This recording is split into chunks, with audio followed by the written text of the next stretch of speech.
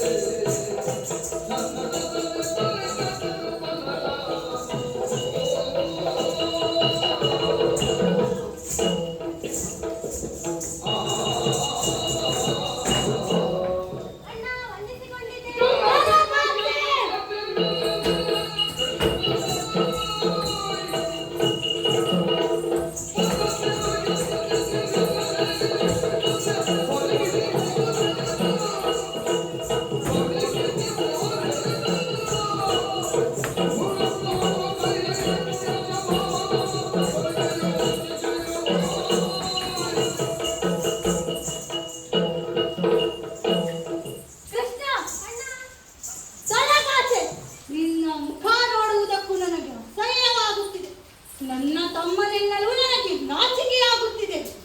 ಯಾಕಣ್ಣ ಇಷ್ಟು ಕೋಪಿಸಿಕೊಂಡಿದ್ದೀಯಾ? ನಿನಗೆ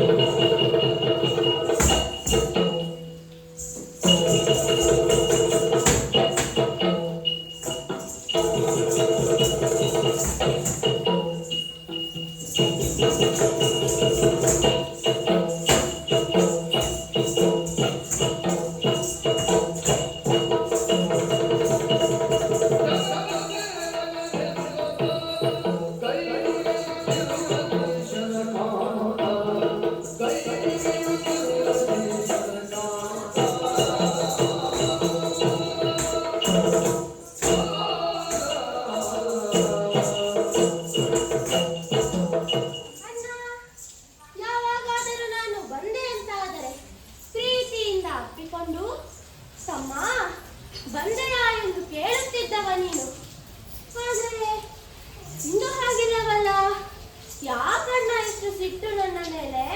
ನಿನಗೆ ಗೊತ್ತಿಲ್ಲವೇ?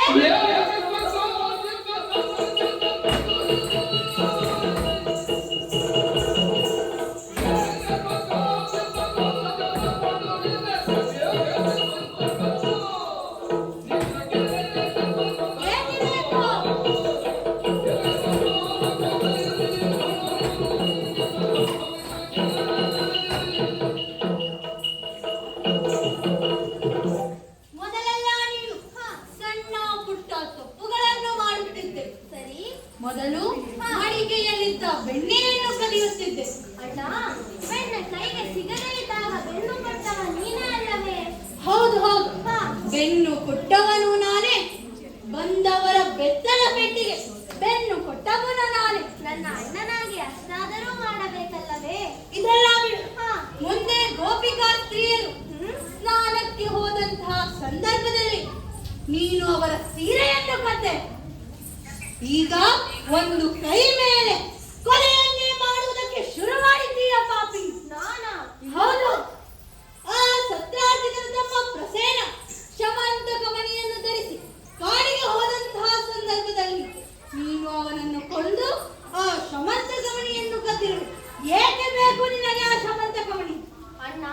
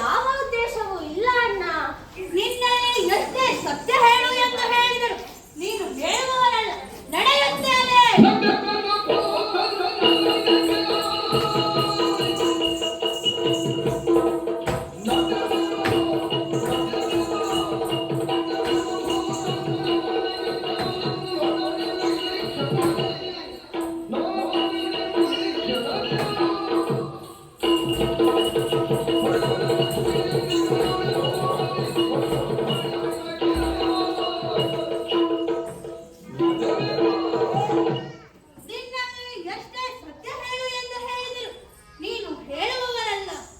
ಚೋರತ್ವ ನಿನ್ನ ಮನದಲ್ಲಿ ನೆಲೆ ಮಾಡಿದೆ. ನಿಂದು ಒಂದಲ್ಲ ಒಂದು ಹಗರಣವೇ ಆಯಿತು. ಅದಕ್ಕಾಗಿ ನಡೆಯುತ್ತೇನೆ. ನನಗೆ ಈ ರಾಜ್ಯ ಬೇಡ, ನನಗೆ ಈ ಸಿಂಹಾಸನ ಬೇಡ, ನನಗೆ ಏನೂ ಬೇಡ. ತೆಗೆದುಕೋ. ಅಣ್ಣ ಅಣ್ಣ ಅಣ್ಣ ಅಣ್ಣ ಇಲ್ಲ ಅಣ್ಣ, ಬಾ ಅಣ್ಣ ಇಲ್ಲಿ ಒಂದು ನಿಮಿಷ ಕೇಳಣ್ಣ.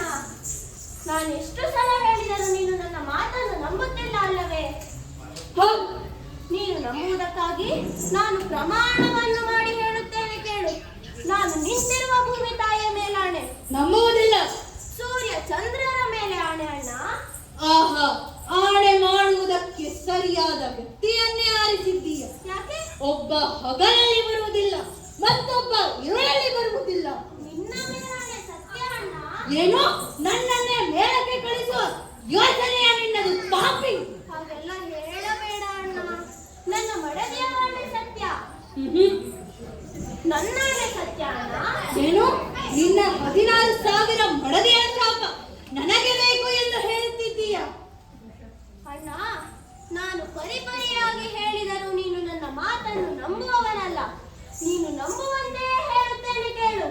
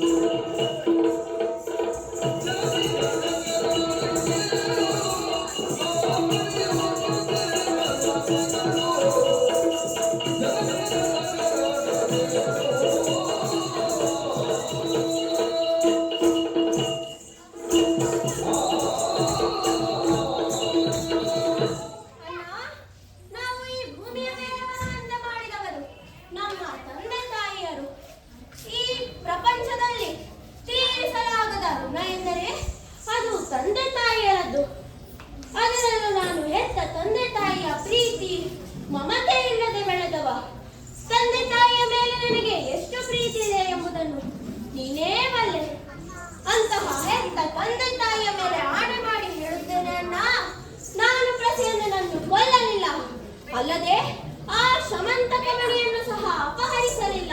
ನನ್ನನ್ನು ನಂಬು ಅಣ್ಣ, ನಂಬು ಅಣ್ಣ, ನನ್ನನ್ನು ನಂಬು.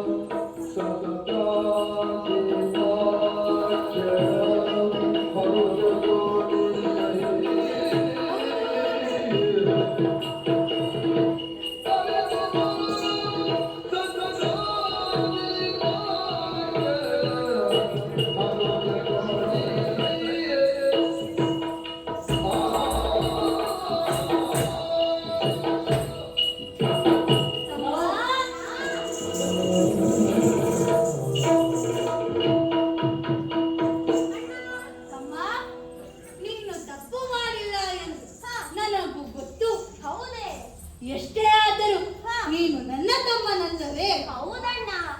ನಾರದರು ಬಂದು ಹೇಳಿದರು ಎಂದು ನಿನ್ನಲ್ಲಿ ಕೋಪದಿಂದ ಕೇಳಿದೆ.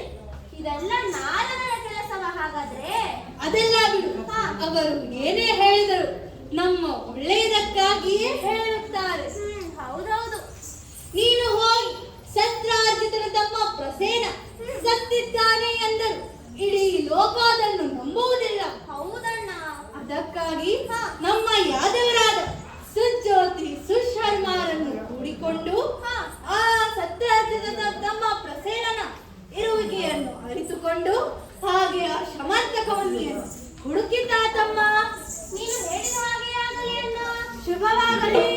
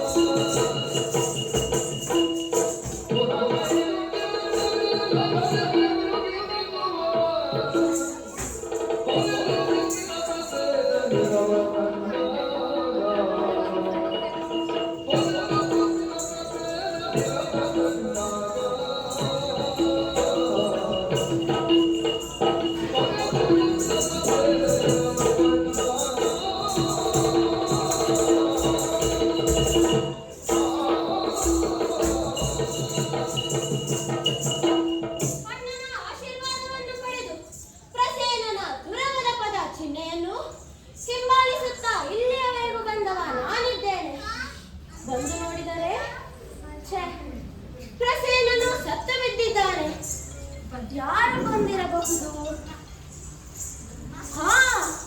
ಕಾಣುತ್ತಿದೆಯಲ್ಲ, ಕೇಸರಿಯ ಪದಚಿಹ್ನೆ. ಕೇಸರಿಯೊಂದಿಗೆ ದುರಗೈದು ಅಸುನೀಗಿರಬೇಕು. ಶಮಂತಕ ಮಣಿಯು ಕಾಣುತ್ತಿಲ್ಲವಲ್ಲ. ಕೇಸರಿಯೇ ಅದನ್ನೂ ಸಹ ಕೊಂಡೊಯ್ದಿರಬಹುದು. ಮಣಿ ಬೇಕೆಂತಾದರೆ ಸಿಂಹದ ಪದಚಿಹ್ನೆಯನ್ನು ಹಿಂಬಾಲಿಸುತ್ತೇನೆ.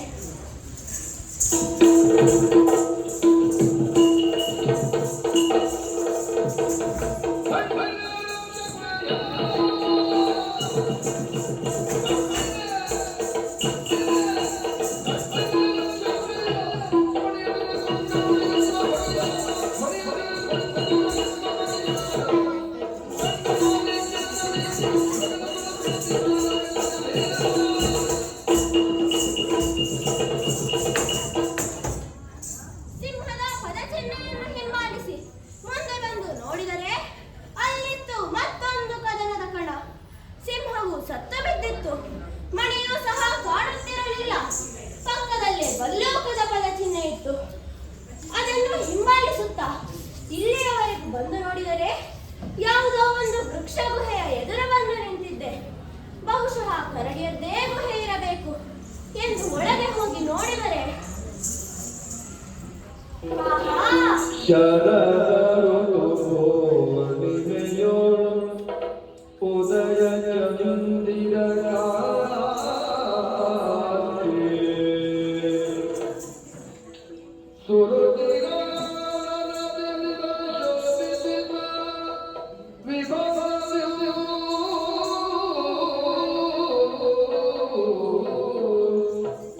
ತರುಣಿ ಕೋರ್ವಳೆ ಕುಳಿಯು ಬಾ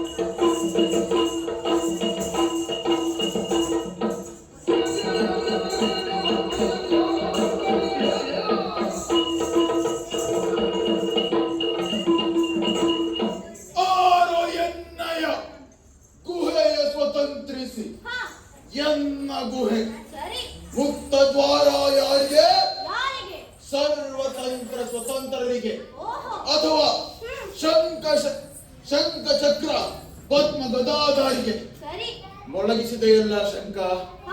ನನ್ನ ಬಹುಕಾಲದ ನಿರೀಕ್ಷೆಯ ದೇವ ಬಂದನೆಂದು ಬಂದು ನೋಡಿದರೆ ಬಂದಂತವ ನೀ ಅವನಲ್ಲ.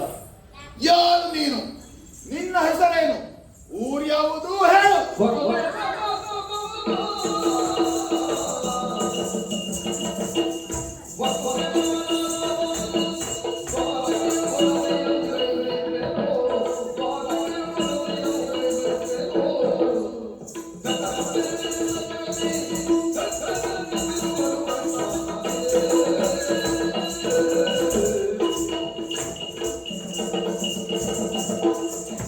ವಸುದೇವನ ಸುತನಾಗಿ ವಾಸುದೇವ ಓಹೋ ಗೋವುಗಳನ್ನು ಪಾಲಿಸಿದ್ದರಿಂದ ಗೋವಿಂದ, ಓಹ್ ಕೊಳಲನ್ನು ನುಡಿಸಿದ್ದರಿಂದ ವೇಣುಗೋಪಾಲ, ಹಾ. ನನ್ನ ವರ್ಣದಿಂದ ಕೃಷ್ಣ,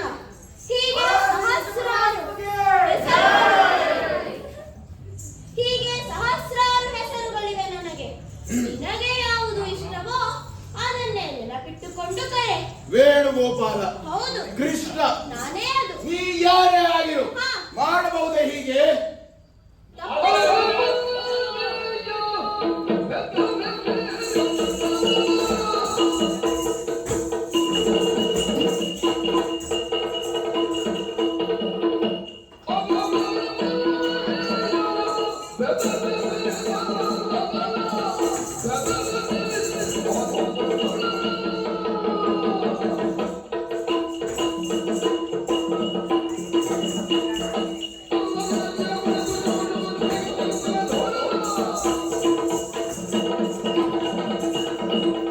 ನೀ ಯಾರೇ ಆಗಿರು ಹಾ, ಮಾಡಬಹುದೇ ಹೀಗೆ? ತಪ್ಪೇನು ಮಾಡಿದ್ದೇನೆ? ಇದು ಗುಹೆ ಅಂತ ತಿಳಿಯುತ್ತಲ್ವಾ? ಹೌದು, ಕಣ್ಣಿದ್ದವರಿಗೆ ಕಾಣುತ್ತದೆ. ಒಬ್ಬರ ವಾಸಸ್ಥಾನ ಎಂದು ತಿಳಿಯುತ್ತಲ್ವಾ? ಸತ್ಯ. ಹಾಗೆ ತಿಳಿದ ಮೇಲೂ ಹಾ, ಹೇಳದೆ ಕೇಳದೆ ನುಗ್ಗುವವರು ಯಾರು? ಯಾರು? ಒಂದೋ ಕಳ್ಳರು ಹಾ, ಅಥವಾ ಉಗ್ರರು. ನಾನು ಕಳ್ಳನಾಗಿದ್ದರೆ ನನಗೆ ಬೇಕಿದ್ದದ್ದನ್ನು ಅಪಹರಿಸಿ ಆಗಲೇ ಹೊರಡುತ್ತಿದ್ದೆ. ನಿನ್ನ ಬರುವಿಕೆಗಾಗಿ ಕಾಯುತ್ತಿರಲಿಲ್ಲ. ಹಾಗಿದ್ದರೆ ನೀನು ಉಗ್ರನೇ ಇರಬೇಕು. ಯಾಕದು? ಯಾಕೆಂದರೆ ಹಾ. ಅರೆರೆ ಪಿತನ ಕೆಟ್ಟೆ ಎಂದು ಹೆಣ್ಣೊಬ್ಬಳು ಕೂಗುತ್ತಿದ್ದಾಳೆ ಎಂದರೆ ಹಾ. ನೀನು ಅಂತಹ ಕೆಟ್ಟ ಕೆಲಸವೇನೋ ಮಾಡಿರಬೇಕು. ಆದ್ದರಿಂದ ಬಂದ ಕಾರಣ ತಿಳಿಸು, ಇಲ್ಲವಾದರೆ ಜೀವಂತವಾಗಿ ಹಿಂದಿರುಗುವುದಿಲ್ಲ.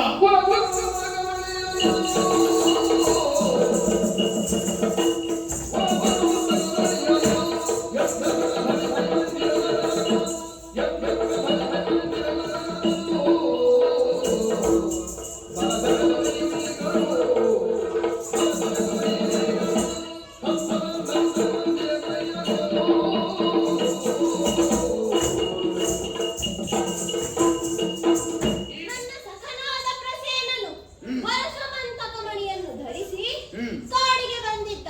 ಓಹೋ, ಆ ಮಣಿ ಈಗ ನಿನ್ನ ಕೈವಶದಲ್ಲಿದೆ. ಅದನ್ನು ಕೊಂಡೊಯ್ಯಲು ಬಂದಿದ್ದೇನೆ. ಕೊಡು ಅದನ್ನು. ಯಾವುದನ್ನು? ಆ ಮಣಿಯನ್ನು. ಯಾರದ್ದನು? ನನ್ನ ಸ್ನೇಹಿತನ. ಮುಚ್ಚು ಬಾಯ್. ಎನ್ನ ಬಾಹುಬಲದಿಂದ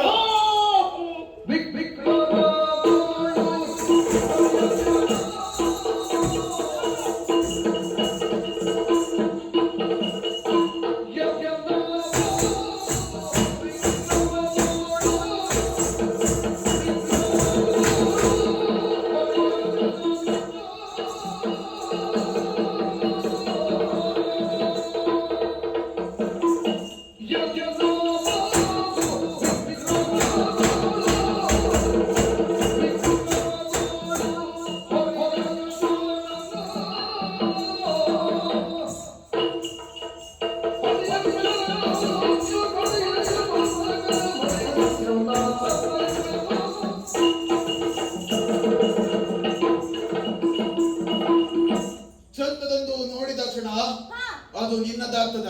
ಇಲ್ಲ. ಅದು ತಂದದ್ದು ನಿನಗೆ ಕೊಡುವುದಕ್ಕಲ್ಲ, ಮತ್ತೆ?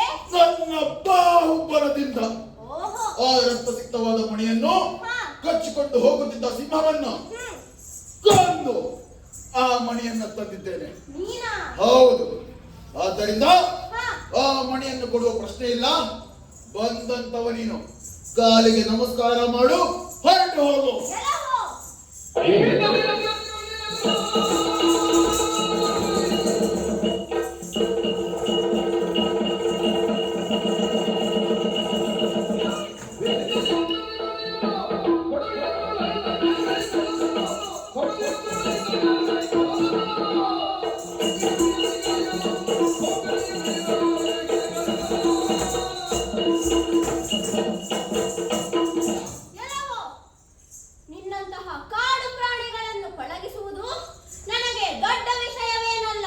ಓಹೋ. ಆದರೆ ನಿನಗೆ ಸಾಮದಿಂದ ಕೇಳುತ್ತಿದ್ದೇನೆ, ಆ ಮಣಿಯನ್ನು ಕೊಟ್ಟು ಬಿಡು. ಇಲ್ಲವಾದರೆ ನಿನ್ನನ್ನು ಕೊಂದು ಆ ಮಣಿಯನ್ನು ಕೊಂಡೊಯ್ಯುತ್ತೇನೆ. ಮುಚ್ಚು ಬಾಯ್.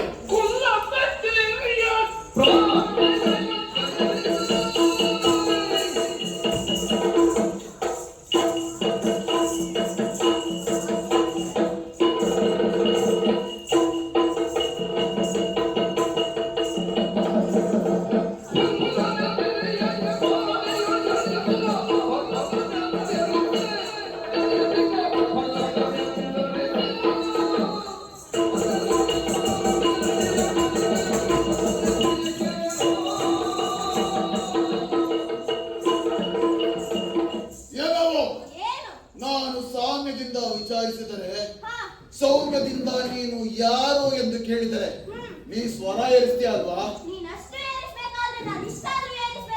ಕೇಳು, ಈ ಭೂಮಿಯಲ್ಲಿ ಇರುವ ಸಾಮಾನ್ಯ ಕ್ರಿಮಿ ಕೀಟ ಜಂತು ಇಂದು ಹುಟ್ಟಿ ನಾಳೆ ಸಾಯುವ ಪ್ರಾಣಿ ಎಂದು ಭಾವಿಸಿದೆಯಾ?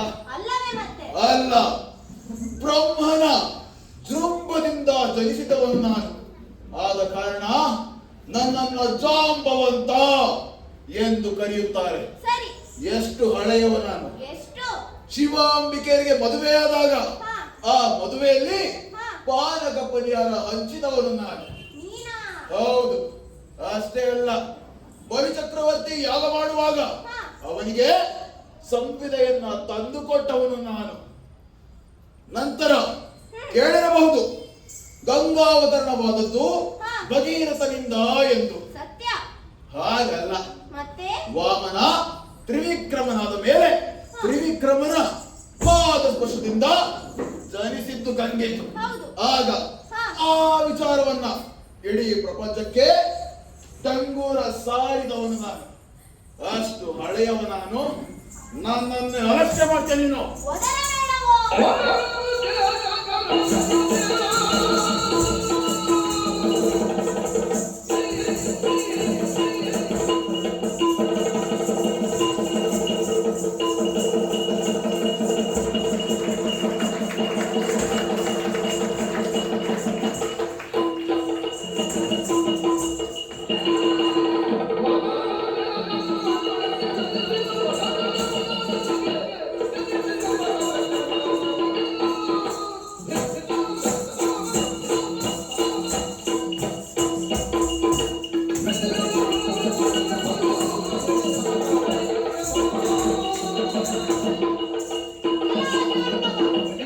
ಬ್ರಹ್ಮನ ಜೃಂಭದಿಂದ ಜನಿಸಿದ್ದೇನೆ ಎಂದು ಬಹಳ ಜಂಬ ಪಡುತ್ತಿದ್ದೀಯಲ್ಲ.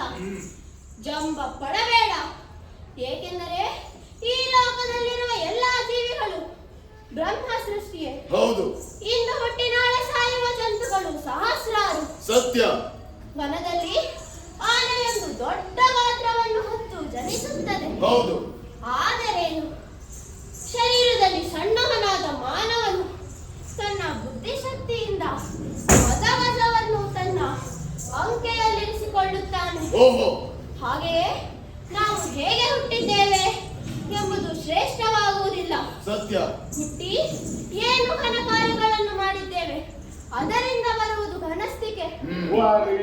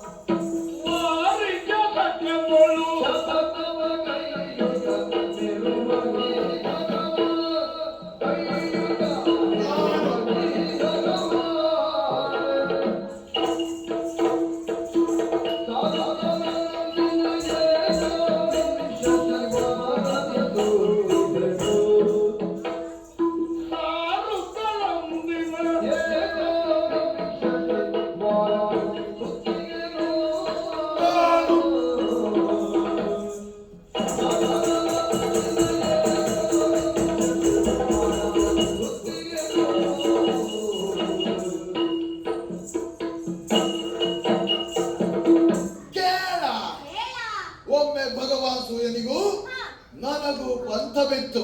ಏನೆಂದು? ಏನೆಂದರೆ ಹಾ. ಆತ ಹೇಳಿದ, ಹ್ಮ್. ಆ ಮೇಲ್ಪರ್ವತವನ್ನ ಒಂದು ದಿನದಲ್ಲಿ 1 ಬಾರಿ ಸುತ್ತಿ ಬರಬಲ್ಲೆ ಎಂದು. ಹೌದು, ಸತ್ಯವದು. ಅದು ಯಾವ ದೊಡ್ಡ ವಿಷಯ ಎಂದು ಅವನೊಂದಿಗೆ ಪಂಥ ಕಟ್ಟಿ ಹಾ. ಆ ಮೇಲ್ಪರ್ವತವನ್ನ ಒಂದೇ ವಾರದಲ್ಲಿ 21 ಬಾರಿ ಸುತ್ತಿ ಬಂದವನು ನಾನು. ನೀನಾ?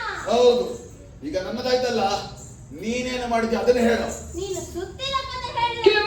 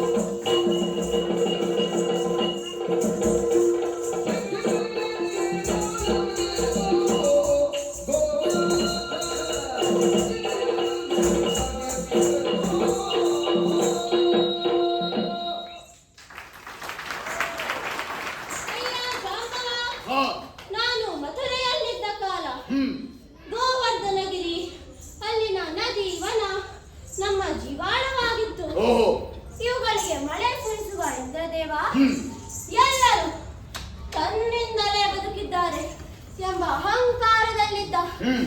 ಅದಕ್ಕೆ ಸರಿಯಾಗಿ ಯಾದವರು ವರ್ಷಕ್ಕೊಮ್ಮೆ ಇಂದ್ರೋತ್ಸವವನ್ನು ಆಚರಿಸಿ ಅವನ ಗರ್ವವನ್ನು ಹೆಚ್ಚಿಸುತ್ತಿದ್ದರು. ಆಗ ನಾನು ನಮಗೆ ಕಾಲ ಕಾಲಕ್ಕೆ ಮಳೆ ನೀಡುವುದು ಪ್ರಕೃತಿ ಮಾತೆ ಸತ್ಯ. ಆದ್ದರಿಂದ ಗೋವರ್ಧನ ಗಿರಿಯನ್ನು ಪೂಜಿಸಿ ಎಂದೆ. ಇದರಿಂದ ಕೋಪಗೊಂಡ ಇಂದ್ರದೇವನು ಗುಡುಗು ಮಿಂಚು ಸಹಿತ ಭೀಕರ ಮಳೆ ಸುರಿಸತೊಡಗಿದ. ಅದರಿಂದ ಗೋವಳರ ರಕ್ಷಣೆಗಾಗಿ ಗೋವರ್ಧನ ಗಿರಿಯನ್ನು ನನ್ನ ಎಡಗೈಯ ಕಿರುಬೆಟ್ಟಿನಿಂದ ಎತ್ತಿ ಹಿಡಿದವ ನಾನು.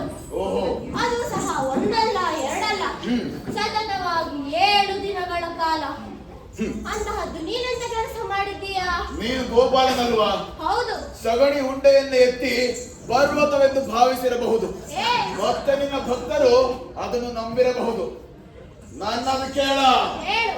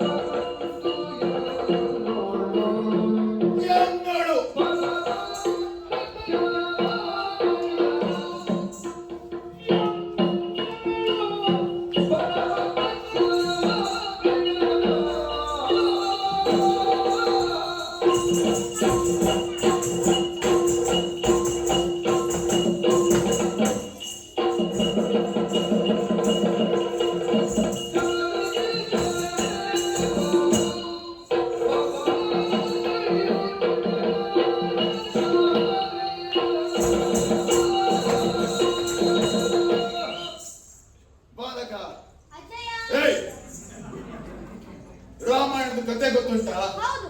ಆ ಕಥೆಯಲ್ಲಿ ಸೀತೆಯನ್ನು ಅರಸಿ ಹೊರಟಾಗ ಆಕೆ ಅಶೋಕವನದಲ್ಲಿ ಇದ್ದಾಳೆ ಎಂದು ತಿಳಿದು ನಾವೆಲ್ಲರೂ, ನಾನು, ರಾಮ, ಆಂಜನೇಯ ಮುಂತಾದವರು ಆ ಲಂಕೆಗೆ ಸೇತುವೆಯನ್ನು ಕಟ್ಟಲು ಆರಂಭ ಮಾಡಿದೆವು.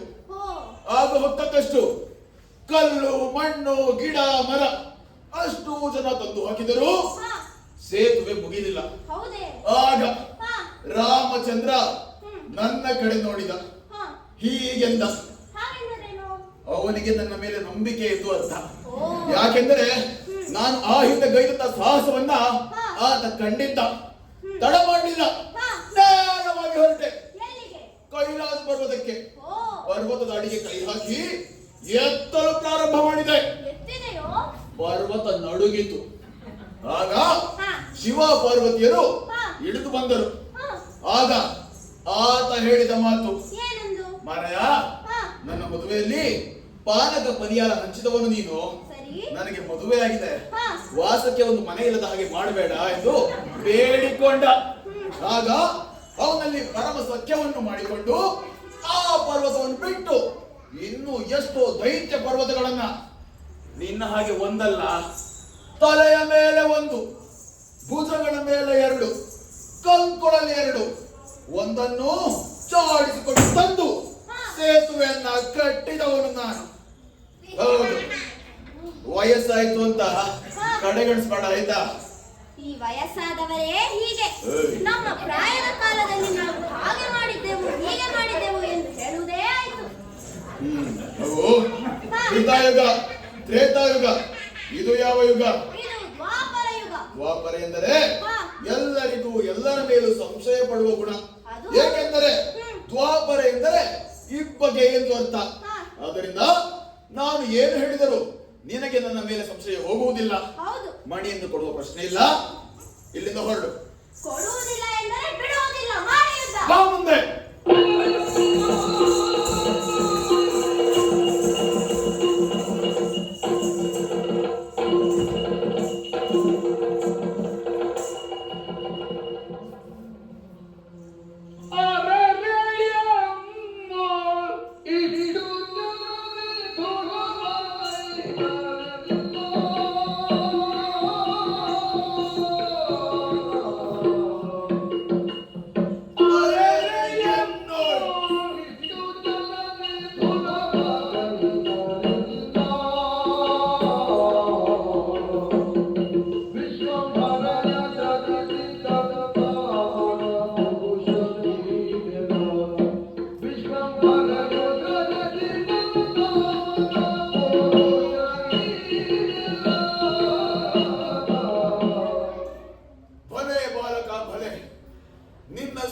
ಸಾಹಸಕ್ಕೆ ಮೆಚ್ಚಿದೆ. ಮೆಚ್ಚಿದೆಯೋ ಮೆಚ್ಚಿದೆಯೋ? ಇಷ್ಟು ವರ್ಷಗಳ ಕಾಲ ಬದುಕಿದ್ದರು ಹಾ. ನನ್ನೊಂದಿಗೆ ಯಾರು ಇಷ್ಟು ಛಲದಿಂದ ಯುದ್ಧ ಮಾಡಿದವರಿಲ್ಲ. ಹ್ಮ್. ಆ ಕೈಲಾಸ ಪರ್ವತವನ್ನೇ ಎತ್ತಬಲ್ಲಂತಹ ಬಲವುಳ್ಳವನು ನಾನು. ಸರಿ. ರಾವಣನ ಸೈನ್ಯದ ವಿರುದ್ಧ ಹಾ. ಹೋರಾಡುವಾಗಲೂ ದಣಿದವನಲ್ಲ. ಹಾ. ಆದರೆ ಇಂದು ದಣಿದಿದ್ದೇನೆ ಎಂದರೆ ನೀನು ಸಾಮಾನ್ಯನಂತೂ ಅಲ್ಲ. ಆ ವಿಶ್ವಂಬರ ಸೃಜಿಸಿದ ಮಹಾಪುರುಷನೇ ಇರಬೇಕು. ಅಯ್ಯ, ಯಾರು ನೀನು? ನಾನು ಯಾರಾದರೇನು?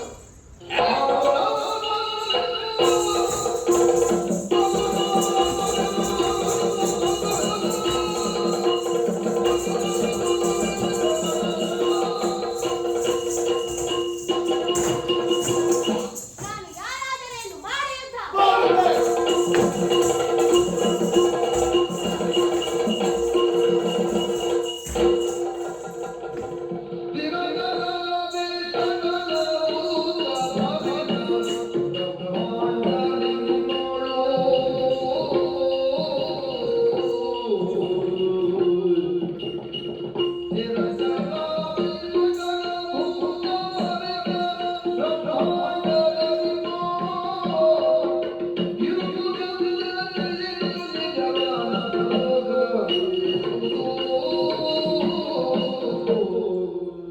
ಸೋತೆ ಸೋತೆ. ಈತ ದ್ವಾಪರ ಹುಲುಮಾನವರೆಂದು ಕಡೆಗಣಿಸಿ ಸೋತೆ. ನನ್ನಂತಹ ವೀರನಿಗೆ ಸೋಲೆಂಬುದು ಸಾವಿಗೆ ಸಮಾನ. ಆದರೆ ನನಗೆ ಆ ಸಾವಿಗೂ ಅವಕಾಶವಿಲ್ಲವಲ್ಲ. ಈತನನ್ನು ಶಕ್ತಿಯಿಂದ ಗೆಲ್ಲಲು ನೋಡಿದೆ, ಆಗಲಿಲ್ಲ. ಯುಕ್ತಿಯಿಂದ ಗೆಲ್ಲಲು ಪ್ರಯತ್ನ ಮಾಡಿದೆ, ಗೆಲ್ಲಲಿಲ್ಲ. ಈಗ ನನಗೆ ಉಳಿದಿರುವುದು ಒಂದೇ ಮಾರ್ಗ, ಭಕ್ತಿ ಮಾರ್ಗ. ಅಯ್ಯ ದೇವ ರಾಮಚಂದ್ರ, ಯಾಕಪ್ಪ ನಿನ್ನ ಭಕ್ತನಿಗೆ ಇಂತಹ ಪರೀಕ್ಷೆ? ನಿನ್ನ ದರ್ಶನವನ್ನು ನೀಡಿ ನನ್ನನ್ನು ಕಾಪಾಡು ದೇವ, ನನ್ನನ್ನು ಕಾಪಾಡು.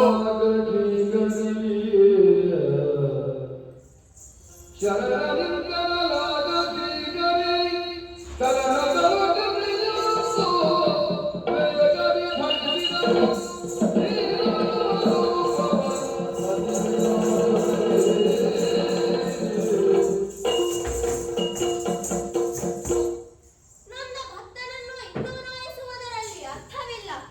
ರಾಮಾವತಾರವನ್ನು ತಳೆದಿದ್ದೇನೆ, ಅವನನ್ನು ಮಾತಾಡಿಸುತ್ತೇನೆ.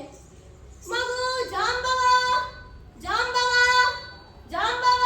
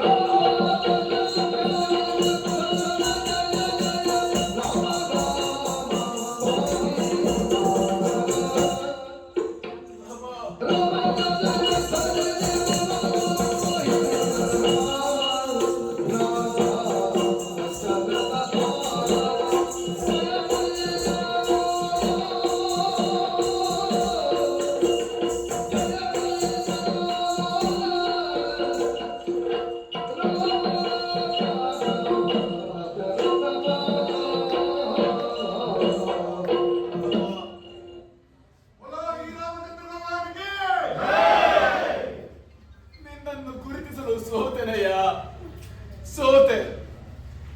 ಮಾನುಷ ಚಕ್ಷುವಿನಿಂದ ನನ್ನ ಜ್ಞಾನದ ಚಕ್ಷುವಿಗೆ ಮೋಹದ ಪರದೆ ಮುಸುಕಿತ್ತು. ಬ್ರಹ್ಮಚಾರಿಯಾದರೂ ಇಬ್ಬರು ಮಕ್ಕಳನ್ನು ಪಾಲಿಸುತ್ತಿರುವ ನನಗೆ ಆ ಮಕ್ಕಳ ಮೇಲಿನ ಮಮಕಾರದಿಂದ ಮಮತೆಯ ಪರದೆ ನನ್ನನ್ನು ನೀನು ಯಾರು ಎಂದು ಅರ್ಥ ಮಾಡಿಕೊಳ್ಳಲು ಬಿಡಲಿಲ್ಲ ರಾಮ, ಬಿಡಲಿಲ್ಲ. ಯಾವ ಕಣ್ಣುಗಳು ನಿನ್ನನ್ನು ಭಕ್ತಿಯಿಂದ ನೋಡಬೇಕಾಗಿತ್ತು ಅದೇ ಕಣ್ಣುಗಳಿಂದ ನಿನ್ನನ್ನು ಕೆಕ್ಕರಿಸಿ ನೋಡಿದೆ. ಯಾವ ಬಾಯಿಂದ ನಿನ್ನ ನಾಮಸ್ಮರಣೆ ಮಾಡಬೇಕಿತ್ತೋ ಅದೇ ಬಾಯಿಂದ ನಿನ್ನನ್ನು ನಿಂದಿಸಿದೆ. ಯಾವ ಕೈಗಳು ನಿನಗೆ ನಮಸ್ಕರಿಸಿ ನಿನ್ನ ಚರಣ ಸ್ಪರ್ಶ ಮಾಡಬೇಕಿತ್ತೋ ಅದೇ ಕೈಗಳಿಂದ ನಿನ್ನನ್ನು ಹೊಡೆದೆ ಬಳೆದೆ. ರಾಮ, ಕ್ಷಮಿಸು ದೇವ, ಕ್ಷಮಿಸು. ಮಗು ಜಾಂಬವ, ನಿನ್ನನ್ನು ಆವರಿಸಿಕೊಂಡಿದ್ದು ಅಹಂಕಾರದ ಮುಸುಕು. ಹೌದಪ್ಪ. ನಾನು ಬಂದಾಕ್ಷಣ ಏನೆಂದೆ ನೀನು? ಆರು ಎನ್ನಯ ಗುಹೆಯ ಎನ್ನ ಗುಹೆ. ಯಾವುದಯ್ಯ ನಿನ್ನದು? ಹುಟ್ಟುವಾಗ ಯಾರು ಏನನ್ನೂ ತೆಗೆದುಕೊಂಡು ಬರುವುದಿಲ್ಲ, ಸತ್ಯ. ಹೋಗುವಾಗಲೂ ಏನನ್ನೂ ತೆಗೆದುಕೊಂಡು ಹೋಗುವುದಿಲ್ಲ. ಹೌದು ದೇವ. ನಡುವೆ ಇರುವ 3 ದಿನಗಳ ಬಾಳಿನಲ್ಲಿ ಈ ನಾನು ನನ್ನದ್ದು ಎಂಬ ಅಹಂಕಾರ ಬಂದವರಿಗೆ ಎದುರಿಗೆ ಬಂದವರು ಯಾರೆಂಬುದು ಕಾಣುವುದಿಲ್ಲ. ನಿನಗೆ ಆದದ್ದು ಅದೇ. ಇರಲಿ ಬಿಡು, ಮಾಡಿದ ತಪ್ಪಿಗೆ ಪಶ್ಚಾತ್ತಾಪ ಪಟ್ಟೆ ಅಲ್ಲ. ಪಶ್ಚಾತ್ತಾಪಕ್ಕಿಂತ ದೊಡ್ಡ ಪ್ರಾಯಶ್ಚಿತ ಮತ್ತೊಂದಿಲ್ಲ. ರಾಮಾವತಾರದ ಕೊನೆಯ ಕಾಲದಲ್ಲಿ ನಾನು ನಿನಗಿತ್ತ ಮಾತಿನಂತೆ ಈ ಯುಗದಲ್ಲೂ ದರ್ಶನವಿತ್ತಿದ್ದೇನೆ ನೋಡು. ಧನ್ಯನಾದೆ ದೇವ, ಆದರೆ ಧನ್ಯನಾದೆ. ದ್ವಾಪರ ಯುಗದಲ್ಲಿ ನಾನು ಕೃಷ್ಣಾವತಾರವನ್ನು ತಳೆದಿದ್ದೇನೆ. ದುಷ್ಟ ಸಂಹಾರಕ್ಕಾಗಿಯೇ ಜನಿಸಿದರು ಸಾಮಾನ್ಯ ಮಾನವನ ರೂಪದಲ್ಲಿದ್ದೇನೆ. ನನ್ನ ಸಖನಾದ ಪ್ರಸೇನನು ಆ ವರಶಮಂತಕ ಮಣಿಯನ್ನು ಧರಿಸಿ ಕಾಡಿಗೆ ಬಂದಿದ್ದ. ಅದನ್ನು ನೀನು ನನಗೆ ಕೊಟ್ಟರೆ ನಾನು ಮರಳಿ ದ್ವಾರಕೆಗೆ ಹೋಗುತ್ತೇನಯ್ಯ. ದೇವ, ಹಾ, ನಿನ್ನ ಮೇಲೂ ಅಪವಾದವೇ? ಹೌದು, ಅದಕ್ಕೂ ಒಂದು ಕಾರಣವಿದೆ. ಚೌತಿಯ ಚಂದ್ರನ ದರ್ಶನದಿಂದ ಬಂದ ಅಪವಾದವಿದು.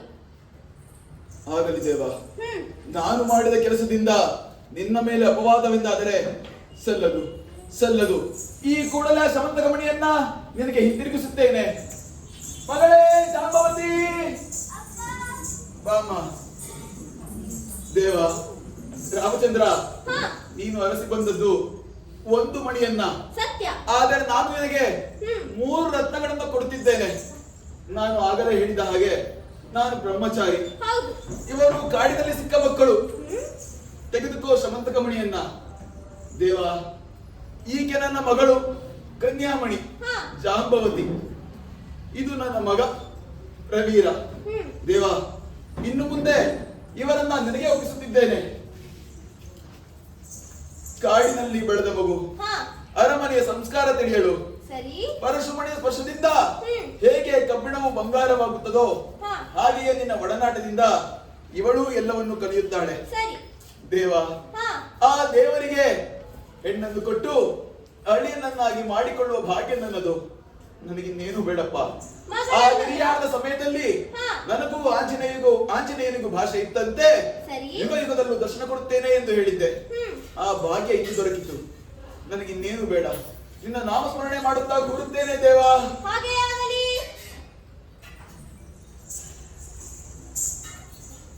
ಮಗಳನ್ನು ನೋಡಬೇಕೆನಿಸಿದರೆ ಯಾವಾಗ ಬೇಕಿದ್ದರೂ ಅರಮನೆಗೆ ಬರಬಹುದು. ಸಂತೋಷ ದೇವ, ಸಂತೋಷ. ಈ ಪ್ರಸಂಗವನ್ನು ಆಡಿದವರಿಗೂ ಆಡಿಸಿದವರಿಗೂ ನೋಡಿದವರಿಗೂ ಚೌತಿಯ ಚಂದ್ರನ ದರ್ಶನದಿಂದ ಉಂಟಾದ ಅಪವಾದಗಳು ದೂರವಾಗಲಿ.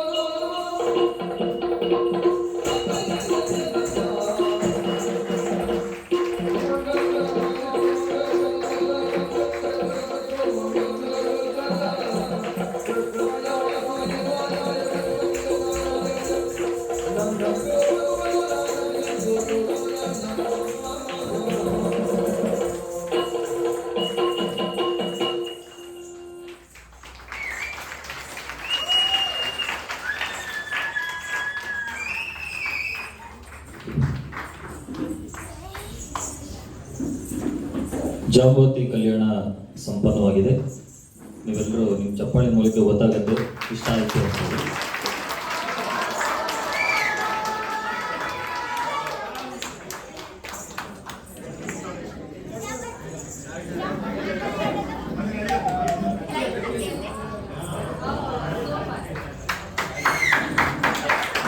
ನಾನು ಬಂತು ಅಂತೇಳಿ ಬೆಳಕೋಯ್ತು ಅನ್ಸುತ್ತೆ.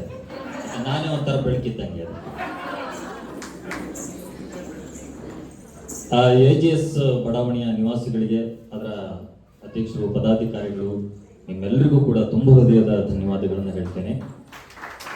ಯಾಕಂದರೆ ಇಂಥ ಬಡಾವಣೆಯಲ್ಲಿ ಯಕ್ಷಗಾನವನ್ನು ಮಾಡುವಂತಹ ಒಂದು ಒಳ್ಳೆ ಕೆಲಸವನ್ನು ನೀವು ಮಾಡಿದ್ದೀರಿ. ಅದರಲ್ಲೂ ನಮ್ಮ ತಂಡಕ್ಕೆ ಅವಕಾಶ ಮಾಡಿಕೊಟ್ಟಿದ್ದಕ್ಕೆ ಮತ್ತೊಮ್ಮೆ ನಿಮಗೆ ಧನ್ಯವಾದಗಳನ್ನು ಹೇಳ್ತೇನೆ. ಈಗ ನಮ್ಮ ಮಕ್ಕಳು ಪರಿಚಯವನ್ನು ಮಾಡಿಕೊಡ್ತೇನೆ. ಜಾಂಬವಂತನಾಗಿ ತೇಜಸ್, ಬಲರಾಮನಾಗಿ ನಿಶ್ಚಿತ, ಕೃಷ್ಣನಾಗಿ ವರ್ಣ, ಆಂಟಿಯಲ್ಲ ಜಾಂಬವತಿ, ಸ್ವರ್ಣ,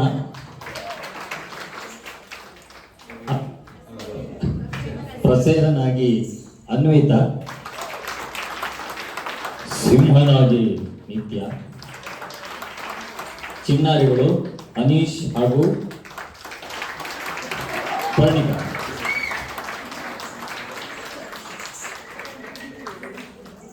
ಗೊಂಬೆ ಪ್ರವೀರ, ಪಾಪ ಅದನ್ನು ಪರಿಚಯ ಮಾಡ್ತಿದ್ರು. ಹಾಗೆ ಪ್ರಸಂಗವನ್ನ ನಿರ್ದೇಶನ ಮಾಡಿದವರು, ಸಹಕರಿಸಿದವರು ಅದಿತಿ ಉರಾಳ ಅವರು. ಹೆಚ್ಚಿನ ರೀತಿಯಲ್ಲಿ ಅವರೇ ಈ ಒಂದು ಪ್ರಸಂಗವನ್ನು ನಿರ್ದೇಶನ ಮಾಡಿದ್ದಾರೆ. ಹಾಗೆ ಇನ್ನೊಬ್ಬ ಸಹಕಾರ ಕೊಟ್ಟವರು ಪೂಜಾ ಆಚಾರ್ಯ ಬರಬೇಕು. ಹಾಗೆ ಮುಖ್ಯ ನಿರ್ದೇಶಕರು ಡಾಕ್ಟರ್ ರಾಧಾಕೃಷ್ಣ ಉರಾಳ ಅವರು.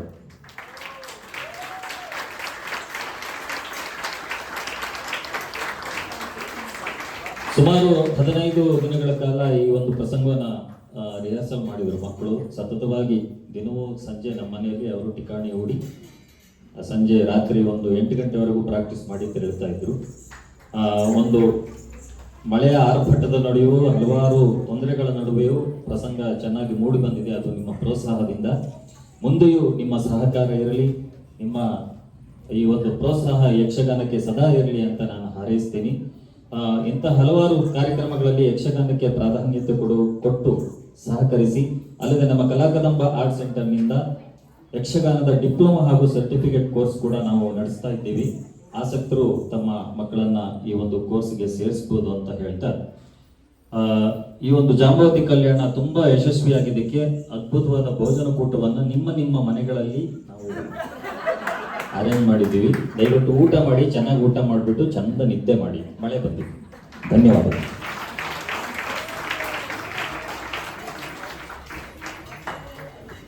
ಎಂಥ ಅದ್ಭುತ ಪ್ರದರ್ಶನ.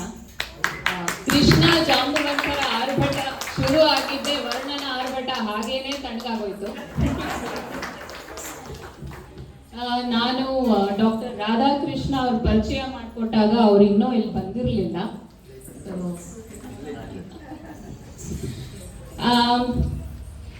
ಇವತ್ತು ಈ ಕಾರ್ಯಕ್ರಮ ನಡಿಬೇಕಾದ್ರೆ ತುಂಬಾ ಜನರ ಸಹಾಯ ಇತ್ತು ನಮ್ಗೆ. ಬೆಳಕಿನ ವ್ಯವಸ್ಥೆಗೆ ಸಹಾಯ ಮಾಡಿದವರು ವಿಜಯ ಛಾಯಾಪತಿ ದಂಪತಿಗಳು. ಈ ಜಾಗಕ್ಕೆ ಅವಕಾಶ ಮಾಡಿಕೊಟ್ಟಿದ್ದು ಶ್ರೀಮತಿ ಸ್ವಾತಿ ಹಾಗೂ ಶ್ರೀನಿವಾಸ್ ದಂಪತಿಗಳು. ಈ ಮಳೆನಲ್ಲಿ ಚಳಿನಲ್ಲಿ ಎಲ್ಲರಿಗೂ ಕಾಫಿ ಬಿಸ್ಕೆಟ್ ಬೇಕು ಅನ್ನಿಸ್ತಾ ಇತ್ತು. ಇದನ್ನ ಸ್ಪಾನ್ಸರ್ ಮಾಡಿದವರು 2ನೇ ಅಡ್ಡ ರಸ್ತೆಯ ಎಲ್ಲ ನಿವಾಸಿಗಳು. ಇವರೆಲ್ಲರಿಗೂ ಅನೇಕ ಕೋಟಿ ಧನ್ಯವಾದಗಳು. ನಮ್ಮ ಕ್ಷೇಮಾಭಿವೃದ್ಧಿ ಸಂಘದ ಅಧ್ಯಕ್ಷರು ಒಂದೆರಡು ಮಾತನಾಡಬೇಕು ಅಂತ ಕೇಳ್ಕೊತೀನಿ.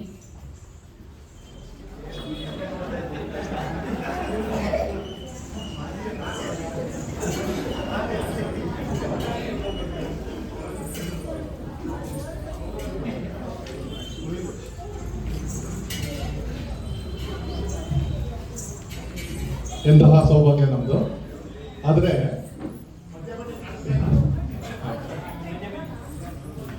ಒಂಥರ ಕಥೋಪಾಖ್ಯಾನ, ಅದರಲ್ಲೂ ತಮ್ಮ ಜಾಂಬವಂತನ ದರ್ಶನ ನೋಡಿ ನಮಗೆ ಅದ್ಭುತವಾಗಿ ನಿಜವಾಗ್ಲೂ ಜಾಂಬವಂತನ ನೋಡ್ತಿದೀವಿ ಅಂತ ಅನಿಸುತ್ತೆ. ಆದರೆ ಸರ್, ಮುರಳೀಧರ್ ಅವರವ್ರಿಗೂ ಒಂದ್ಸತಿ ಧನ್ಯವಾದಗಳನ್ನ ತಿಳಿಸೋಣ. 4 ವರ್ಷದ ಹಿಂದೆ ಇವರೇ ಶಿಷ್ಯರು, ಆದ್ರೆ ಕಲಾ ಕದಂಬ ಅಂತ ಇರ್ಲಿಲ್ಲ. ಆರ್ಯನ್ ಇಲ್ಲಿದ್ದಾನೆ ಅಂತ ಕಾಣುತ್ತೆ, ಅವರೇ ಶಿಷ್ಯ ಆರ್ಯನ್ ಜಿ ರಾಜ್ ಅಂತ ಹೇಳಿ ಮೋಹಿನಿ ಭಸ್ಮಾಸುರ ಅಂತ ಮಾಡಿದ್ರು. ನಾಪ್ಕ ಇದೆಯೋ ಇಲ್ಲ ಗೊತ್ತಿದೆ. ಅದೇ ಕಲಾ ಕದಂಬದ ಎಲ್ಲಾ ಶಿಷ್ಯರು ನಮ್ಮ ಲೇಔಟ್ ನಲ್ಲೂ ನಿಮ್ಮ ಶಿಷ್ಯರು ಬಹಳ ಇದ್ದಾರೆ. ಆರ್ಯನ್, ಆಮೇಲೆ ಅನನ್ಯ ಜಿ ಭಟ್ಟು ಮತ್ತೆ ಆರ್ಯನ್ ಅಂತ ಹೇಳಿ ಅವರುಗಳಿಂದನೂ 4 ವರ್ಷದ ಹಿಂದೆ ಅದ್ಭುತವಾಗಿ ಪ್ರದರ್ಶನ ಆಗಿತ್ತು. ಸೊ ಅದೇ ರೀತಿನೇ ನಮ್ಮ ಲೇಔಟ್ ನಲ್ಲೂ ಇದೇ ತರ ಮುಂದಿನ ದಿನಗಳಲ್ಲೂ ಭಾಗ್ಯ ಕೊಡ್ತಾ ಇರಿ. ದಯವಿಟ್ಟು ಕಲಾ ರಸಿಕರು ನಮ್ಮಲ್ಲಿ ಇರೋದು ತುಂಬಾ ಜನ ಇದೆ, ಕಲಾ ರಸಿಕರು. ಅದರಲ್ಲೂ ನಾನು ಎಲ್ಲರೂ ಅಜ್ಜಿಯಂದ್ರು ತಾಯಂದ್ರಿಗೆ ನಾನು ರಿಕ್ವೆಸ್ಟ್ ಮಾಡೋದೇನು ಅಂದ್ರೆ, ಮಕ್ಕಳನ್ನ ಕರ್ಕೊಂಬನ್ನಿ, ಮೊಮ್ಮಕ್ಕಳನ್ನ ಕರ್ಕೊಂಬನ್ನಿ. ಅವ್ರು ಬಂದು ಇಲ್ಲಿ ನೋಡಿದಾಗ ಅವ್ರುಗಳೇ ಮುಂದಿನ ದಿನ ನಮ್ಗೆ ದಾರಿದೀಪ ಆಗ್ತಾರೆ. ಈ ಯಕ್ಷಗಾನ ಅನ್ನೋ ಕಲೆನ ನಾವೇ ಉಳಿಸ್ಬೇಕು. ನಮ್ಮ ಮುಂದಿನ ಜನರೇಷನ್ಗೆ ಯಕ್ಷಗಾನ ಅನ್ನೋದನ್ನ ಮರೆಸಬಾರ್ದು.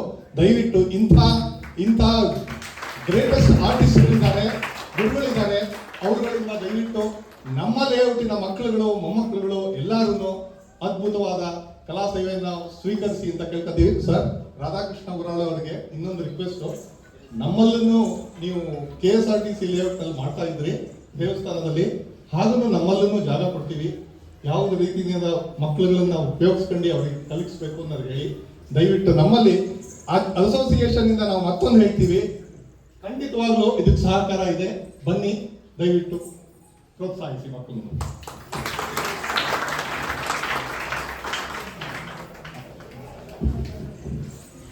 ಡಾಕ್ಟರ್ ರಾಧಾಕೃಷ್ಣ ಉರಾಳರ್ ಅವರು ಒಂದೆರಡು ಮಾತನಾಡಬೇಕು.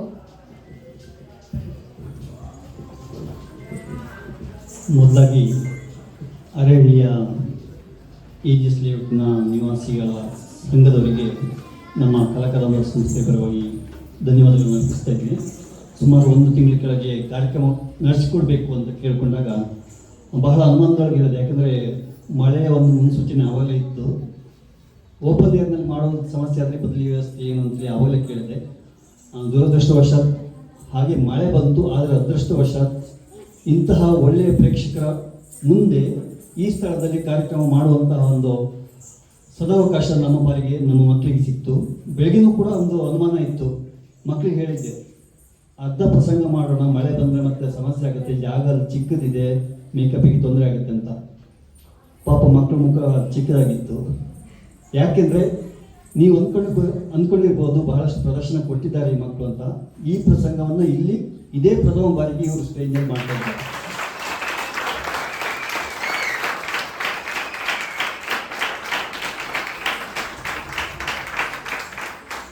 ಅವರ ಪರಿಶ್ರಮ ಬಹಳಷ್ಟಿತ್ತು.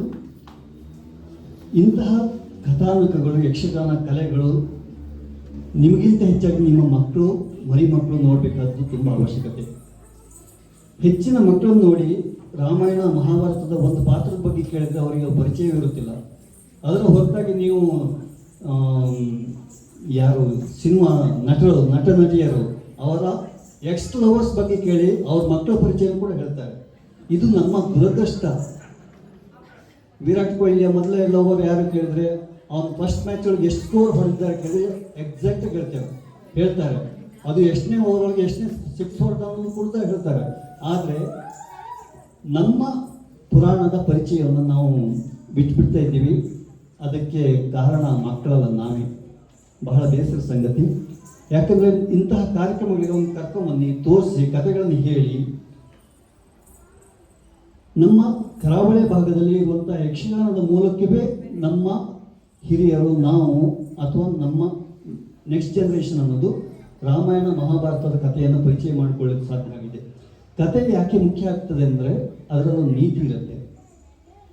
ಆ ನೀತಿಯಿಂದ ನಾವು ಒಳ್ಳೆಯ ಸದೃಢವಾದಂಥ ಸಮಾಜವನ್ನು ಕಟ್ಟುವುದಕ್ಕೆ ಸಾಧ್ಯ. ಆದ್ದರಿಂದ ಕಲೆಯನ್ನು ಮಕ್ಕಳಿಗೆ ಕಲಿಸಿ, ಕಲೆ ಕಲಿತು ಅವರು ಕಲಾವಿದರಾಗಬೇಕಂತ ನಾನು ಖಂಡಿತ ಹೇಳೋದಿಲ್ಲ. ಇದರಿಂದ ಪರ್ಯಾಯವಾಗಿ ಪರೋಕ್ಷವಾಗಿ ಆಗುವಂತಹ ಲಾಭಗಳ ಬಗ್ಗೆ ನಾವು ಅವಗಣಿಸ್ತಾ ಇದ್ದೀವಿ. ಎಕ್ಸಸೈಸ್ ಮಾಡೋದಕ್ಕೋಸ್ಕರ ಎಲ್ಲ ಒಂದು ಜಿಮ್ಮಿಗೆ ಹೋಗ್ತೀವಿ. ಅದರ ಹೊರತಾಗಿ ದಿನ ಕುಣಿಯಿರಿ, ಯಕ್ಷಗಾನ ಮಾಡಿ, ಯಕ್ಷಗಾನದ ಮೂಲಕ ನೀವು ನಿಮ್ಮ ಮೈಂಡನ್ನು ಕೂಡ ಬಹಳ ಫ್ರೆಶ್ ಆಗ್ತದೆ. ಮಕ್ಕಳಿಗೆ ಓದ್ಕೊಳ್ಳಿಕ್ಕೆ, ಕಾನ್ಸಂಟ್ರೇಷನ್ ಬರೋದಕ್ಕೆ ಇದಕ್ಕೆಲ್ಲ ಸಹಾಯವಾಗುವಂಥದ್ದು. ಬಹುಶಃ ಚಿಕ್ಕಸಂದ್ರದಲ್ಲಿ ಆಗ್ತಿರುವಂಥ ಕ್ಲಾಸ್ನಲ್ಲಿ ಅಲ್ಲಿ ಕಲಿತಂತಹ ಮಕ್ಕಳು ಎಲ್ಲರೂ ಡಿಸ್ಟ್ರಿಕ್ಷನ್ನಲ್ಲಿ ಪಾಸ್ ಆದವರು ಅನ್ನೋದು ಹೇಳಲಿಕ್ಕೆ ಬಹಳ ಖುಷಿ ಆಗ್ತದೆ. ಬರೀ ಅಲ್ಲಿಗೆ ಮಾತ್ರ ಅಲ್ಲ, ನಾನು ಎಲ್ಲೆಲ್ಲ ಯಕ್ಷಗಾನ ಕ್ಲಾಸ್ಗಳು ಮಾಡಿದ್ದೇನೋ ಅಲ್ಲಿ ಪಾರ್ಟಿಸಿಪೇಟ್ ಮಾಡಿದಂಥ ಎಲ್ಲ ಮಕ್ಕಳು ರೆಗ್ಯುಲರ್ ಕ್ಲಾಸಿಗೆ ಕೂಡ ಬರ್ತಾಯಿದ್ರು. ಕೆಲವು ಸಲ ಬರಬೇಡಿ ಮಕ್ಕಳೇ, ಮನೆಯೊಳಗೆ ಎಕ್ಸಾಮ್ ಇದೆ ಮುಗಿಸಿ ಬನ್ನಿ ಅಂತ ಕೇಳೋದಿಲ್ಲ. ಅವಳು ಸಿನಿಮಾ ಮಾಡಿದಲ್ಲ, ಅವ್ರ ಅಪ್ಪ ಅಮ್ಮನಿಗೆ ಜೋರು ಮಾಡ್ತಾ ಇರ್ತೀನಿ, ಯಾಕೆ ಕರ್ಕೊಂಬರ್ತೀನಿ, ನಾಳೆ ಎಕ್ಸಾಮ್ ಇದ್ದರೆ ಮತ್ತು ಇವತ್ತು ಯಾಕೆ ಕರ್ಕೊಂಬರ್ತೀರಿ ಅಂತ ಹೇಳಬೇಕು. ಆದರೂ ಕರ್ಕೊಂಬರ್ತಾರೆ, ಯಾಕೆಂದರೆ ಅದಕ್ಕೆ ಬೇಕಾಗಿರೋದು ಆಸಕ್ತಿ. ಎಷ್ಟೋ ಮಕ್ಕಳು ಫ್ರೆಶ್ ಆಗಲಿಕ್ಕೆ ಬೇರೆ ಮೊಬೈಲ್ ನೋಡ್ತಾರೆ. ಒಂದ್ಸಲ ಮೊಬೈಲ್ ನೋಡೋದಂದ್ರೆ ಮತ್ತೆ ಆ ಮೊಬೈಲ್ ಗೀಳಿನಿಂದ ಹೊರಬರೋದು ಸಾಧ್ಯ ಆಗೋದಿಲ್ಲ. ಅದ್ರ ಬದಲು ಇಂತಹ ಕಲೆಗಳಲ್ಲಿ ಯಕ್ಷಗಾನವೇ ಮಾಡಬೇಕಾಗಿಲ್ಲ. ಅವ್ರು ಸಂಗೀತದಲ್ಲಿ ಆಸಕ್ತಿ ಇದ್ರೆ ಅದರ ಸಂಗೀತ ಇರ್ಬೋದು, ಚಿತ್ರಕಲೆ ಇರ್ಬೋದು, ಎಲ್ಲವೂ ಕಲೆಗಳು ಕಲೆಯೇ. ಮನಸ್ಸಿಗೆ ಫ್ರೆಶ್ನೆಸ್ ತರುವುದಕ್ಕೆ, ಕಾನ್ಸಂಟ್ರೇಷನ್ ಹೆಚ್ಚಿಸುವುದಕ್ಕೆ ಇಂತಹ ಕಲೆಯ ಅವಶ್ಯಕತೆ ಇದೆ. ಸರ್ ಕೇಳಿದರು ಇಲ್ಲಿ ಮಾಡೋದಕ್ಕೆ ಅವಕಾಶ ಇದೆ ಅಂದರೆ ಖಂಡಿತ ಬರುವುದಕ್ಕೆ ನಾವು ಸಿದ್ಧರಿದ್ದೇವೆ. ಈವರೆಗೆ ಸುಮಾರು 138 ಮಾಸದ ಮೆಲುಕು ಕಾರ್ಯಕ್ರಮ, ನೀವು ಹೇಗೆ ಇಲ್ಲಿ ತಿಂಗಳ ಕಾರ್ಯಕ್ರಮವನ್ನು ಮಾಡ್ತಾ ಇದ್ದೀರೋ ಅದೇ ರೀತಿಯಲ್ಲಿ ನಾವು ಮಾಸದ ಮೆಲುಕು ಅನ್ನೋದನ್ನು ಚಿಕ್ಕಸಂದ್ರ ಗಣಪತಿ ದೇವಸ್ಥಾನದಲ್ಲಿ ಈವರೆಗೆ ಮಾಡ್ಕೊಂಡು ಬಂದಿದ್ದೀವಿ ಕಳೆದ 15 ವರ್ಷದಲ್ಲಿ. ಇಲ್ಲಿ ಕೂಡ ಅಂತಹ ಕಾರ್ಯಕ್ರಮ ಮಾಡೋದಕ್ಕೆ ಹಾಗೂ ತರಗತಿಯನ್ನು ಮಾಡೋದಕ್ಕೆ ನಾವು ಸಿದ್ಧರಿದ್ದೀವಿ. ಆ ಕುರಿತಾಗಿ ಮಾತನಾಡೋಣ. ಆದರೆ ಮಕ್ಕಳನ್ನು ಕೊಡುವ ಜವಾಬ್ದಾರಿ ನಿಮ್ಮದು. ಆಸಕ್ತಿಯಿಂದ ಬರುವಂತಹ ಮಕ್ಕಳು, ಆಮೇಲೆ ನಿರಂತರವಾಗಿ ಬರುವಂತಹದ್ದು. ಆರಂಭ ಶುರುವತ್ತು ನಮ್ಮಲ್ಲಿ ಬಹಳಷ್ಟು ನೋಡಿದ ತಕ್ಷಣ ನಾವು ಹಾಗೆ ಮಾಡಬೇಕು ಹೀಗೆ ಮಾಡಬೇಕಂತ ಇರುತ್ತೆ. ಆಮೇಲೆ ಹೋಗ್ತಾ ಒಬ್ಬೊಬ್ಬರಿಗೆ ಒಂದೊಂದು ಸಮಸ್ಯೆಗಳು ಜಾಸ್ತಿ ಆಗ್ತಾ ಹೋಗುತ್ತೆ. ಹಾಗಾಗದೇ ಇರಲಿ, ನಾವು ದೂರದಿಂದ ಬಂದಾಗ ಮಾಡೋದಕ್ಕೆ ನಿಮ್ಮ ಮಕ್ಕಳ ಆಸಕ್ತಿ ಇದ್ದರೆ ಖಂಡಿತ ಮಾಡೋಣ ಅಂತ ಹೇಳ್ತಾ, ಆಮೇಲೆ ಯಕ್ಷಗಾನದಲ್ಲಿ ನಮ್ಮ ಸಂಸ್ಥೆ ಗಂಗೂಬಾಯಿ ಹಾನಗಲ್ ಯೂನಿವರ್ಸಿಟಿಯಿಂದ ಮಾನ್ಯತೆಗೊಂಡು ಈ ವರ್ಷದಿಂದ ಡಿಪ್ಲೊಮಾ ಮತ್ತು ಸರ್ಟಿಫಿಕೇಟ್ ಕೋರ್ಸ್ಗಳನ್ನು ಆರಂಭಿಸಿದೆ. ಅದರಲ್ಲಿಯೂ ಕೂಡ ನೀವು ಭಾಗವಹಿಸ್ಬೋದು, ಮಕ್ಕಳನ್ನು ಸೇರಿಸ್ಬೋದು ಸರ್ಟಿಫಿಕೇಟ್ ಕೋರ್ಸಿಗಾಗಿ ಅಥವಾ ಡಿಪ್ಲೊಮಾ ಕೋರ್ಸ್ ಮಾಡೋದಕ್ಕೆ. ನಿಮ್ಮ ಪರಿಚಯದವರಿದ್ದರೂ ಅವರಿಗೂ ಹೇಳ್ಬೋದು ಅಂತ ಹೇಳ್ತಾ ನನ್ನ ಮತ್ತೊಮ್ಮೆ ಧನ್ಯವಾದಗಳು ಮಾತು ಮುಗಿಸ್ತೀನಿ. ಇನ್ನೊಂದು ಮುಖ್ಯ ವಿಷಯ ನಾನು ಮರ್ತ್ಬಿಟ್ಟಿದ್ದೆ. ಇವತ್ತು ಈ ಕಾರ್ಯಕ್ರಮ ನಡಿಬೇಕು ಅಂದರೆ ತುಂಬ ಅಡೆತಡೆಗಳಿತ್ತು.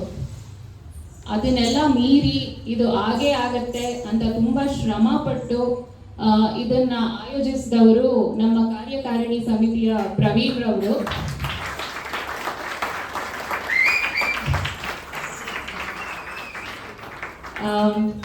ಈಗ ನಾನು ಡಾಕ್ಟರ್ ರಾಧಾಕೃಷ್ಣ ಅವರಾಳ್ ಅವರಿಗೆ ಒಂದು ನಮ್ಮ ಕ್ಷೇಮಾಭಿವೃದ್ಧಿ ಸಂಘದ ಪರವಾಗಿ ಒಂದು ನೆನಪಿನ ಕಾಣಿಕೆಯನ್ನು ಕೊಡ್ತಾ ಇದ್ದೀವಿ ನಾವು.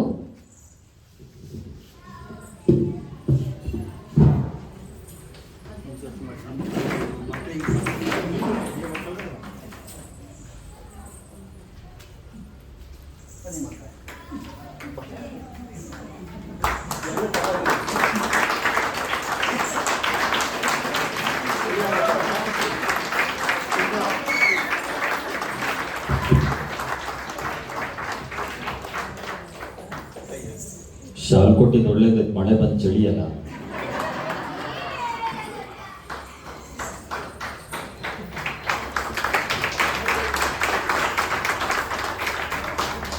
ನಮ್ಮ ಕಾರ್ಯಕಾರಿಣಿ ಸದಸ್ಯರೆಲ್ಲರೂ ಬರಬೇಕು. ಒಂದು ಗ್ರೂಪ್ ಫೋಟೋ ತಗೋಣ. ಇದು ಒಂಥರ ಚಿರಸ್ಮರಣೀಯ, ನಮ್ಗೆ ಯಾವಾಗಲೂ ನೆನಪಿನಲ್ಲಿ ಇಟ್ಕೊಳ್ಳುವಂತಹ ಕಾರ್ಯಕ್ರಮ ಇದು. ದಯವಿಟ್ಟು ಎಲ್ಲರೂ ಬಂದ್ಬೇಕು.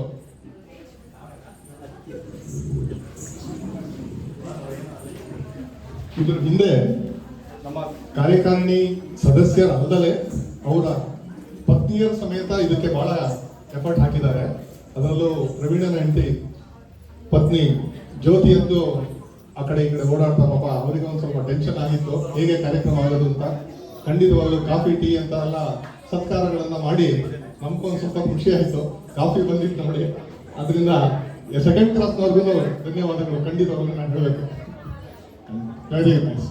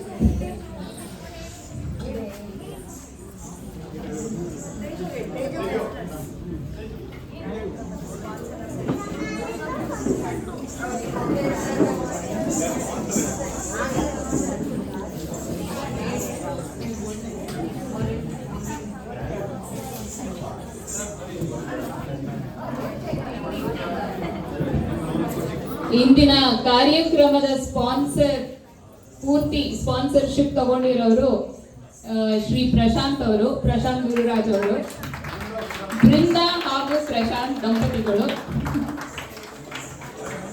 ಮುಂದೆ ಬರ್ಬೇಕು. ಹೇಳ್ಬೇಡಿ ಅಂತಿದ್ರು, ಆದ್ರೂ ನಾವು ಹೇಳ್ಬಿಟ್ಟಿದ್ವಿ.